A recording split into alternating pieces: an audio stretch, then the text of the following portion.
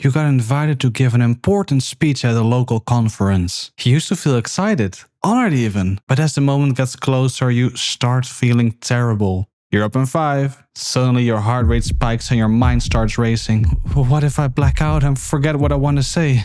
What if they think my ideas are stupid? What if they all laugh at me? Overwhelmed by stress and anxiety, you grab your coat, turn around, and sprint out of the building towards your car. I knew I couldn't do it. You mumble to yourself as you drive towards the safety of your home. In The Happiness Trap, Russ Harris talks about how our mind can get in the way of our own happiness and how acceptance and commitment therapy, or ACT, can help us deal with the negative thoughts swirling around in our head, reduce stress and anxiety, and help create a rich and meaningful life. Let's say the example I gave in the beginning. You might blame yourself, or your mind, for getting so incredibly anxious, but it's actually your mind doing its job, trying to protect you. Not too long ago, we lived in small tribes where your brain was constantly scanning for threats, not from an audience, but from predators or hostile groups. Your mind learned that staying alert, even fearful, could literally save your life. But here's the challenge. Our world has changed for the better in a lot of ways, but we still have the same survival mechanism.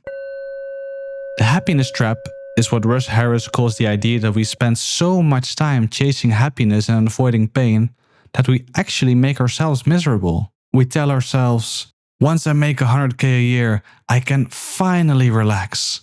Oh, I hate renting, I can't wait until I can buy a home. Then I'll be happy. Oh, my life will be so much better once.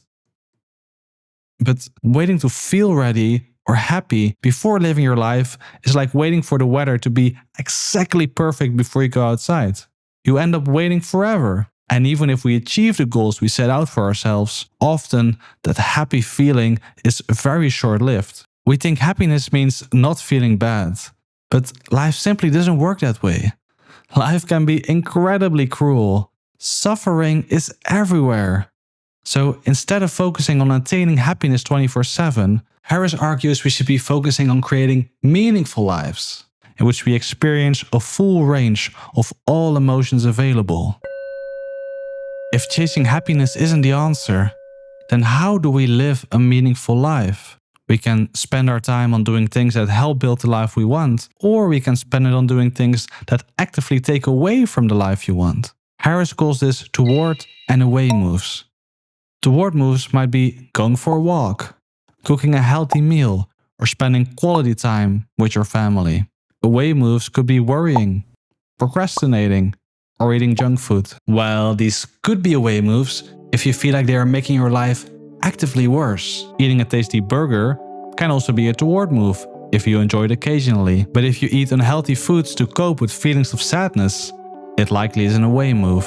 If it's that simple, then why can it be so difficult to take care of ourselves and behave in such a way that we are building towards the life we want? Because for most of us, including myself, our mind is filled with negative and unhelpful thoughts. Oh, work was exhausting. I'm so tired, I just want to relax. Oh, I failed that test again. I'm so stupid. I'm not good enough and I don't deserve happiness. With thoughts like this going around in your mind 24/7, it suddenly makes a lot of sense why I would partake in away moves. We are simply acting in line with what our minds are saying. But guess what? We don't need to blindly obey these thoughts, nor should we try to push them away as if they never happened. The author recommends to learn to unhook from your thoughts, so that you can act in a way that helps building the life you want, despite whatever might be going on in your mind. And like most things in life, this sounds a lot easier than it is. But maybe this technique can help. When we find ourselves in an emotional storm, it's difficult to think rationally. And it's easy to get swept away by the waves, or in this case, your mind being flooded with thoughts, emotions, and feelings.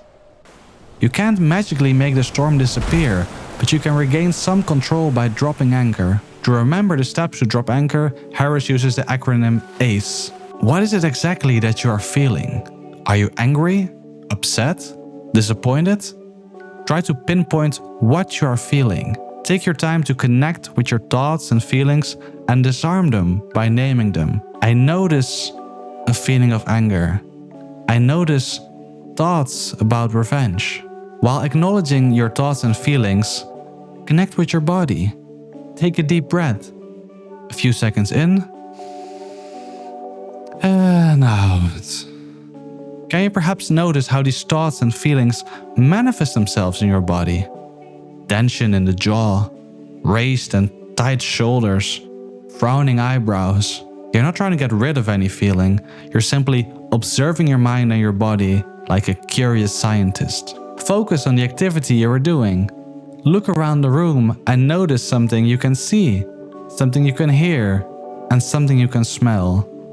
Notice the world around you. And with enough practice, the A sequence should be able to help you separate from your thoughts, just a little bit, to get to a point where your thoughts are no longer sweeping you away and flipping over the boat, but where you're able to unhook so that you merely feel the boat rocking in the storm. Let's go back to that conference speech. Why were you giving it in the first place? Well, maybe because you care about helping others or sharing an idea that really matters to you. Those are your values: contribution, courage, connection. When you have clear values, it becomes easier to take action when fear is present. No matter how hard you work, you might not always achieve your goals, but the beauty of values is that you can always act on them. Yes, I feel anxious. Yes, I'm shaking. Yes, I want to run away as far as possible from here. But because I care so much about sharing what I've learned and connecting with others, I choose to show up anyway and give a great speech. Besides the ACE framework, the happiness trap contains a lot of exercises and tips to help unhook from your thoughts. Here are two of my favorites. When you notice similar thoughts and feelings repeating over and over again, you can take away some of their power by simply naming them. Think of the reappearing thoughts as a bad movie you're being forced to watch for the 100th time. The old self-doubt story again. That's already the 3rd time this week. The I'll be alone forever story is back at it again. How original. Close your eyes and imagine a theater stage in front of you. Picture your thoughts, emotion, and memories appearing as characters or voices performing on that stage. Let them say or do whatever they want. Notice them with curiosity, without trying to change or silence them. Just watch the show unfold, reminding yourself, I'm the observer, not the performer. The 3 overarching principles of ACT are as follows. Be present. Focus your attention on what's important and engage in what you do. Open up. Unhook from your thoughts and feelings. Allow them to be as they are and let them freely flow through you. Do what matters. Act effectively, guided by your values. The beauty of ACT and the happiness trap is that it doesn't promise a life without pain. It promises a life of meaning, even with pain. And that with enough practice, it is possible to be more present, reduce the power thoughts and feelings have over you, and live more in line with your values. So the next time your mind tries to protect you by saying, don't do it, you'll embarrass yourself, thank it, and do it anyway. Would you like to join me in figuring out life together? I just started a self-improvement book club that's completely free. The idea is that we read one book together each month and then discuss what we learned from it. If that sounds interesting to you, you can find more information at humanconnection.community. Hope to see you there.